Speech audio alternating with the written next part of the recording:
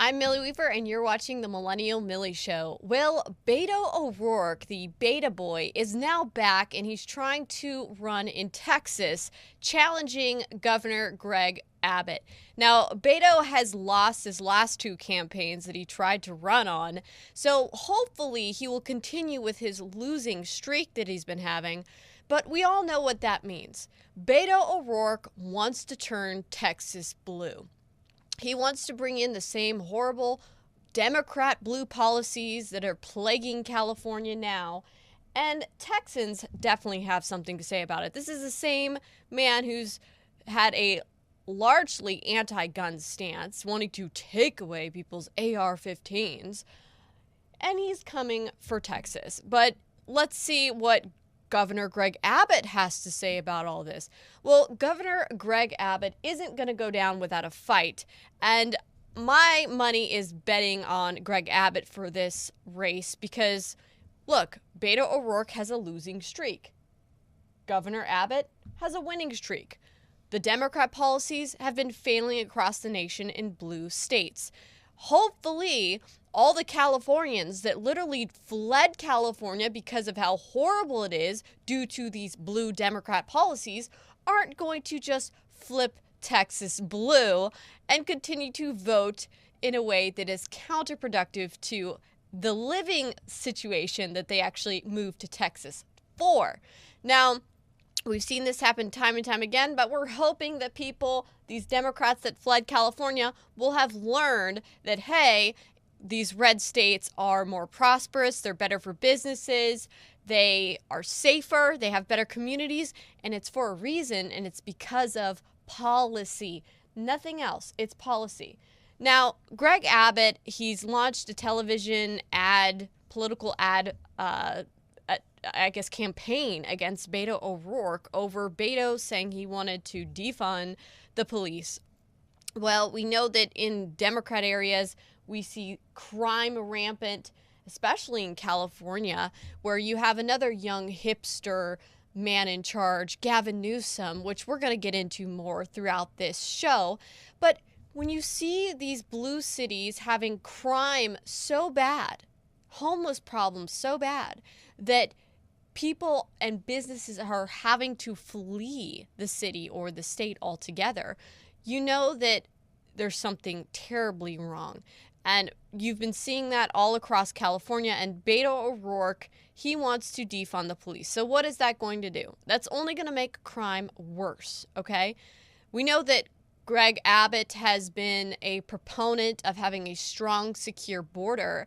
And even right now, where you have hundreds of thousands, even millions a year of migrants traveling from Mexico through our southern border into the United States, Governor Greg Abbott has really kind of been, he's had his hands tied in a lot of ways because of the Democrat Biden administration and Kamala Harris and their open border policies. And really that has sparked an even larger rush of illegal immigrants to come to the southern border because word has gotten around that they're just going to let you in. And then when you have these Democrat cities or states, mind you, like California, saying, we're going to pay for your health care, we're going to give you government aid, food stamps, you name it, on taxpayers' back, mind you. The American taxpayers are suffering right now. But remember, guys, the way they're going to enforce it is with their armed 87,000 IRS agents that they just enacted into law. So they've got a plan, right? It's just very un-American. It's not an American plan. So Governor Greg Abbott has really, in defiance and trying to send a political statement, he has been shipping these illegal migrants that have come into Texas, really because they've been allowed to. He has his hands tied. He can't send them back because they'll just come right back through because they have an open border. So what is he doing? He's busing them to blue cities. He's busing them to Chicago. He's already bused a bunch of them to Washington, D.C. and other blue cities. And Mayor Lightfoot of Chicago, she has been very, pro allowing illegal immigration, which is illegal. Okay, So he's like, all right, we'll send him to your neighborhood. So she's now asking for donations just because he sent 50 immigrants there. You know, I think that it would probably be better if he just shipped them directly to these people's mansions. You know, the Democrats who claim to be for the poor, who live in multi-million-dollar mansions, like Nancy Pelosi, for example. Just ship them to their front yards and give them some tents. There you go. Hopefully they'll be as generous with and welcoming to these people as they claim to be, right? They're very generous with the American people's tax dollars. They're generous with allowing illegal immigrant camps to prop up in our neighborhoods. Let's see how they like it when they're in theirs and there's crime rampant and drugs rampant. You know, I don't think they'll like that very much. If you look at most of these Democrats' mansions, they have built fences around them. In fact, the first thing Biden did the second he got into the White House was he built a giant fence around the White House. Even though there were already fences around the White House, he decided that one wasn't sufficient. I need an even bigger fence around the White House. So, hypocrite much? I would say yes. So Governor Greg Abbott, he's definitely been very pro-life. He supports unborn babies in the womb, whereas we know that Beto O'Rourke is actually very radical when it comes to his acceptance of late-term abortions. Now, most Democrats, you know, if you look at the Democrat spectrum, you'll see how you have the more progressive Democrats who think that abortion is okay literally up until birth or even after. Yeah, some sick, twisted stuff there. But yeah, even after birth, abortions, which is just killing. It's murder. But they call it abortion. See, they use that term. So, you know, when you have the progressive Democrats who want that, and then you also have a more moderate Democrat that thinks that maybe abortion should only be kept legal up until 6 months or, you know, in the first trimester or maybe second trimester. Those are, I guess, considered to be the more moderate Democrats. But Beto O'Rourke, he fits into the progressive Democrat box. He is one who thinks that abortion literally up until a baby's birthday is okay. How do I know this? Well, because I went and questioned Beto O'Rourke myself in 2019 during one of his campaigns, his failed campaign, mind you, where he was doing really well. In fact, he was actually raising more money than all of the other Democrat contenders at the time. But after he answered this question that I volleyed to him, everything plummeted and went downhill from there. And you will see why. So let's go ahead and play this clip. We're here in Cleveland, where 2020 presidential candidate Beto O'Rourke is scheduled to come speak. Beto O'Rourke has been pretty hush about which policies he supports. Let's go see if we can nail down where he stands. Thank you for asking the question. There was a question over here. Yes. Are you for third trimester abortions, or are you going to protect the lives of third trimester babies? Because, you know, there's really not a medical necessity for abortion. It's not a medical emergency procedure because typically third trimester abortions take up to 3 days to have. So you would, in that sense, if there was an emergency, the doctors would just do a C-section and you don't have to kill the baby in that essence. So are you for or against third trimester abortions? So the question is about abortion and reproductive rights. And my answer to you is that should be a decision that the woman makes about her own body. I trust her. So that's my answer. Yes, sir. So babies should be killed? So there you have it. He thinks that up until birth, the baby should be able to be aborted. Now, if you notice the way I even asked that question, I'm acknowledging a fact that babies in the womb can literally be removed via cesarean section if there's actually an emergency. Say even if a mother's like, I don't want the baby in my body anymore, and the baby is, you know, full term, a doctor could theoretically perform a cesarean section and take the baby out, and the baby doesn't have to die. So why allow those women to choose to end the life of an unborn child or baby when the baby can live? And there's another important fact. See, third trimester late-term abortions don't happen immediately, and they're actually not emergency procedures under any case. They are actually, they take 3 days, right? So they actually have to put some kind of a thing in there and dilate the woman, and it can take up to 3 days to actually dilate her. They put a needle in through her stomach, and they inject the baby in the heart with a saline solution to kill the baby. And then the mother actually delivers the baby, which a delivery can take hours. Most women who've delivered babies know how long births can take, or even, fathers who are present through labor know how long births can take. So they birth the baby. They just give birth to a deceased, dead child, dead baby, okay? It's not an emergency procedure. No doctor would say, yes, a late-term abortion is an emergency procedure. No.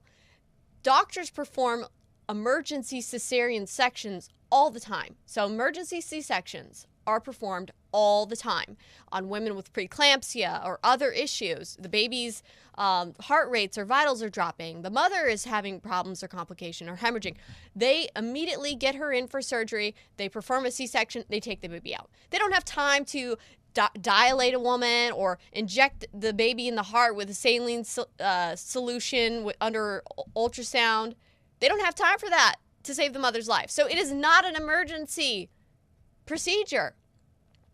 No one would say it is. No doctor would say it is, okay? So my question to Beto O'Rourke was, we can acknowledge that there's no such thing really as an emergency abortion for a third trimester baby. It would be, a 3-day process, right? So why do we need to kill the baby if the woman wants it out of her body? Can't you just take it out and give it life support, Like, do you have to kill the baby? And he said, well, yeah, I support the woman having that right to kill her baby. So obviously, as you can assume, that video went pretty viral, and many people started then going out and really, pressing on that issue with him, questioning him, and it just, Beto went bye-bye, and rightly so, because he's a very radical, progressive leftist that believes in killing babies up until their birthday, which is just, for me as a mother, it's abhorrent. It's absolutely disgusting. It is nothing short from murder. That's what it is. All right, so let's move on because we have a couple other good news stories I'd like to touch into. Now, this is a news story that has been really going viral. Speaking of murder, there was a woman in Memphis, a beautiful young mother named Eliza Fletcher, who in Memphis, her body was just found. She was murdered.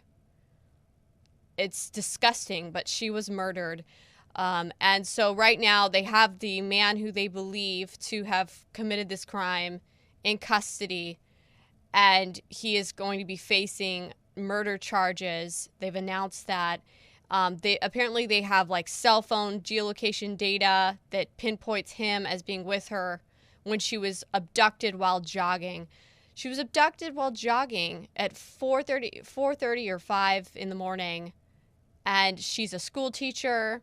She's a mother of 2 young boys, young children, and it just goes to show how crime is rampant. And this is a man who had already been released, having already previously kidnapped a lawyer.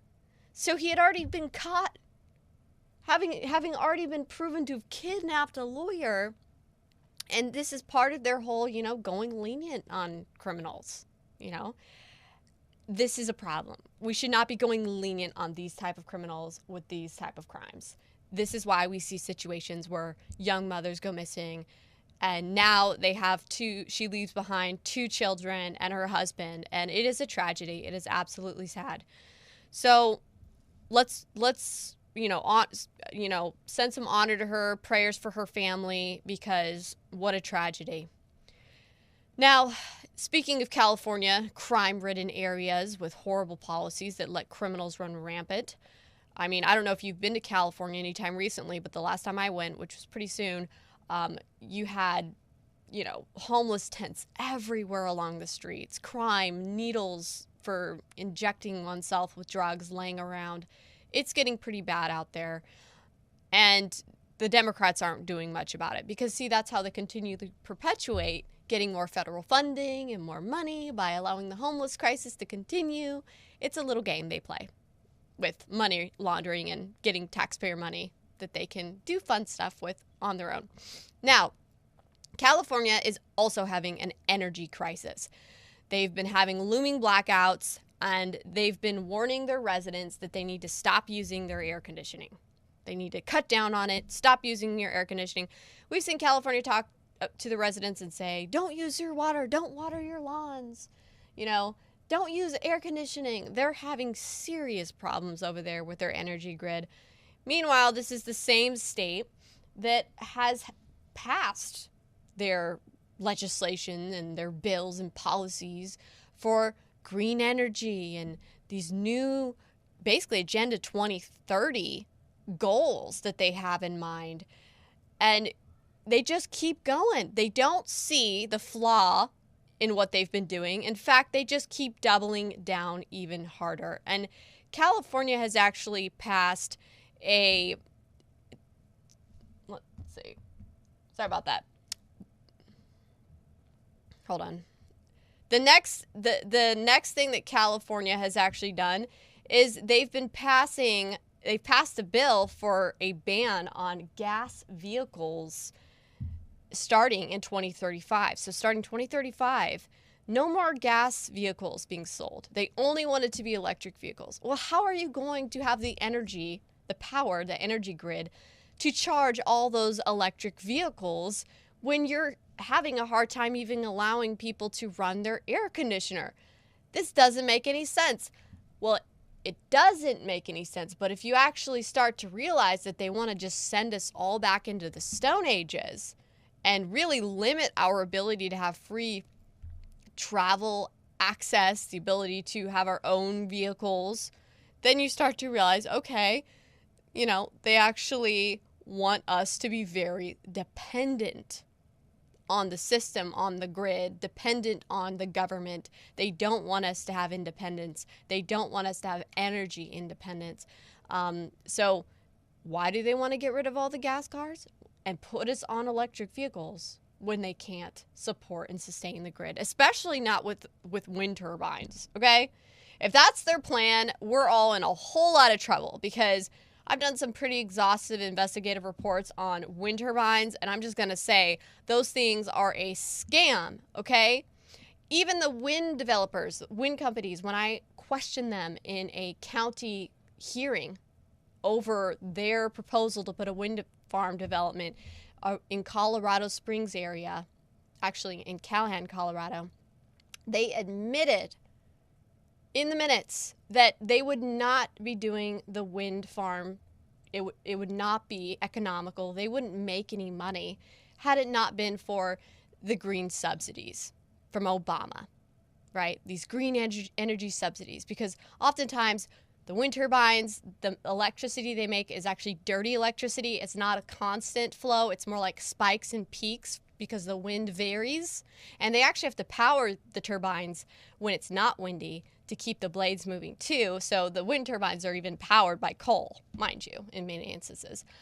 So most of the time they just count the dirty electricity, which is unusable, with a little bean counter. And then they use that to have carbon credits, and then they sell those carbon credits. Isn't that funny, right? They trade the carbon credits for those Obama subsidies. All right, so California's in a whole lot of trouble, and I don't know what to say to Californians other than, if you want to flee California, go for it. I support you in that, but don't flee just to then move to a red state like Texas and vote blue, okay? If you're going to flee, you better acknowledge the situation in California and the reason why it's in such a problem that it's in and the reason why you're having to flee it. Because California is a beautiful state. I was born there. I was raised there. It's a beautiful state. No one should have to flee California. But policies can destroy a state, and that's exactly what has been happening in California, as you can see. I mean, these energy blackouts are bad, folks. Now, we also had Joe Biden's speech that he gave on September 2nd, which was abhorrent, where he essentially called MAGA Republicans or MAGA Americans extremists, terrorists. I mean, you could have swapped out the word ISIS for MAGA, and it would have sounded like a speech that you would have heard from a president addressing a foreign terrorist group in another country. It's abhorrent. And he's standing there with this doom and gloom, scary background. Check it out. He's standing there with this doom and gloom, scary background with military behind him. And he's threatening half of America. Here you go. Not a president of red America, blue America, but of all America. And I believe it's my duty to level with you, to tell the truth, no matter how difficult, no matter how painful. And here, in my view, is what is true. MAGA Republicans do not respect the Constitution. They do not believe in the rule of law. They do not recognize the will of the people. They refuse to accept. Excuse me? MAGA Republicans do not respect the Constitution? That's what most MAGA Republicans base their whole foundational being upon in this country, is the Constitution. Democrats like Joe Biden, they're the ones that don't respect the Constitution. He's the one who says that the Second Amendment can be infringed. The Second Amendment has limitations, when in fact the Constitution says shall not be infringed. Okay? He's the one that does not respect the Constitution. Let's get that straight. The results of a free election, and they're working right now as I speak in state after state to give power to decide elections in America to partisans and cronies, empowering election deniers to undermine democracy itself. MAGA forces are determined to take this country backwards to an America where there is no right to choose, no right to privacy, no right to contraception, no right to marry who you love. They promote authoritarian. No right to privacy? Wait, isn't that what the Obama-Biden administration did when they spied on President Trump in his campaign? Spying on your opponent's political campaign? That sounds like no right to privacy or no respect for privacy right there, doesn't it? Leaders, and they fan the flames of political violence that are a threat to our personal rights, to the pursuit of justice, to the rule of law, to the very soul of this country. He says they fan the flames of political violence. Isn't that just unbelievable? The hypocrisy right there. They fan the flames of political violence when all throughout President Trump's presidency, we have heard left-wing pundits, Democrats like Chuck Schumer, Maxine Waters, Nancy Pelosi, and others, especially Alexandria Ocasio-Cortez, they've been the ones fanning violence, political violence, telling their base that it's okay to punch Trump supporters in the face, to kick them when they're down, to attack them, to do anything by any means necessary. These are the people fanning political violence. And you don't think that this speech that Biden just gave wasn't fanning political violence? Of course it was. But more importantly, it was meant to incite you. They want to incite the conservatives. They want to incite the MAGA Republicans, right? To get us out in the streets, to get us to be violent. We're not falling for it, Joe Biden. We're not falling for it. I know that that is what you've been trying so hard to do before the midterms because you want to make the midterms all about Trump. Because you know that's the only thing that you can get to energize your base to get them out to vote for probably the worst president in the history of the United States of America. Joe Biden is a laughingstock. He's driven our country practically to financial ruin. Our economy is failing. Gas prices are high. Even though he said, oh, I've lowered it a little bit. You know what? It should never have even gotten this high. The food prices are insane. You can't go to the grocery store without buying a loaf of bread now for $6 or $7 in some stores. This is outrageous. Meanwhile, the Democrats say, we're going to fix this. We're going to just keep on raising the minimum wage for fast food workers. Yeah, that'll fix everything. Yeah, Gavin Newsom, governor of California, signed this landmark fast food workers bill, despite concerns that it's just going to drive up the costs of fast food.